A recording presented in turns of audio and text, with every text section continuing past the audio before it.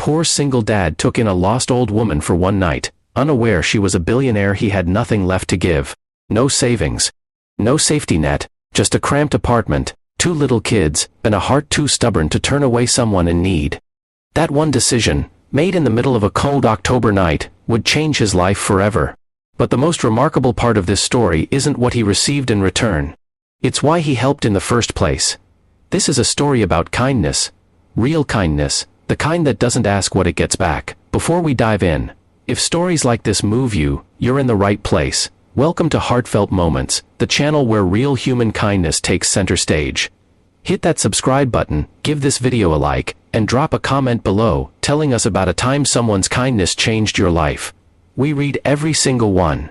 Now, let's get into the story. Marcus Webb was 34 years old, and running on fumes. He worked the early shift at a grocery warehouse in Columbus, Ohio, and picked up weekend deliveries whenever he could. His wife had left 2 years prior, and ever since, it had been just Marcus, his 7-year-old daughter Lily, and his 5-year-old son Dion.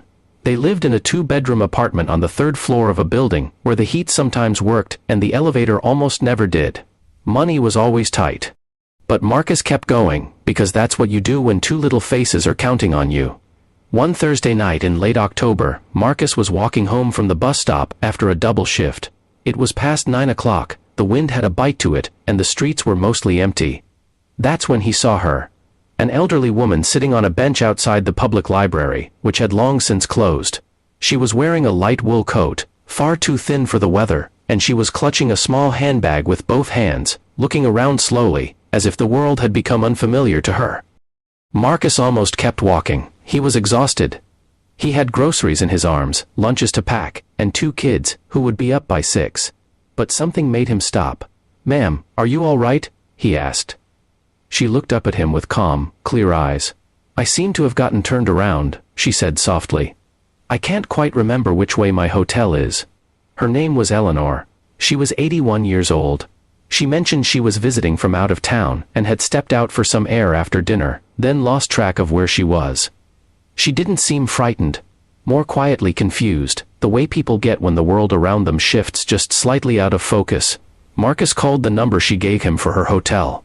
The line rang and rang. He tried a second number from her phone. Nothing. It was late, she was cold, and the nearest shelter was 40 minutes away by bus. So Marcus did what his own mother had raised him to do. "You can stay at my place tonight," he said. "It's not fancy, but it's warm. My kids are there. They're good kids. We'll get you sorted in the morning." Eleanor looked at him for a long moment. Then she smiled and said, "That's very kind of you, young man." Lily and Dion were still awake when they arrived. Lily, ever her father's daughter, immediately brought Eleanor a blanket without being asked. Dion showed her his favorite toy truck with the kind of solemn pride only a 5-year-old can pull off. Marcus made her a cup of tea and heated up leftover soup. Eleanor sat at the small kitchen table and laughed, genuinely laughed, for the first time in what felt like a long time. Marcus gave her his room and slept on the couch. He set an alarm for 6, already mentally calculating how he'd get her back to her hotel before dropping the kids at school and making his shift on time. In the morning, he made scrambled eggs and toast. Lily drew Eleanor a picture, a house with a sunshine above it, and the words "You are safe here," written in crayon at the bottom, in the spelling of a 7-year-old. Eleanor folded it carefully and placed it in her handbag. A car arrived at 9. A man in a suit stepped out and greeted Eleanor with visible relief. He was her personal assistant, she explained. He had been searching since the previous evening. As Marcus helped her to the door, Eleanor took both his hands in hers. "You didn't have to do what you did," she said. "But you did, and that matters more than you know." Marcus shrugged it off the way good people do. "I just did what anyone would have done," he said. "But that's not entirely true, is it?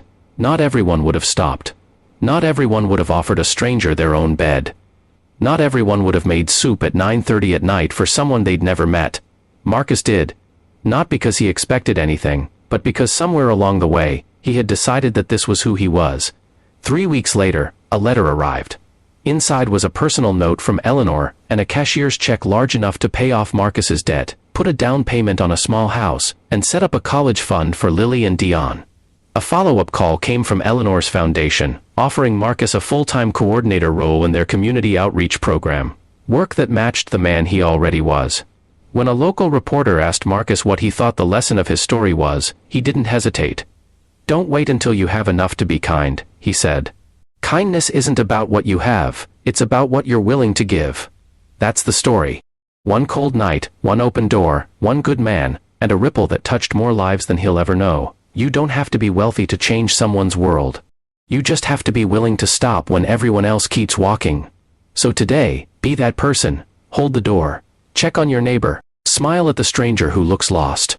You never know what one small act of kindness might set in motion. Thank you for watching Heartfelt Moments. If this story stayed with you, share it with someone who needs a reminder that good people still exist. We'll see you in the next one.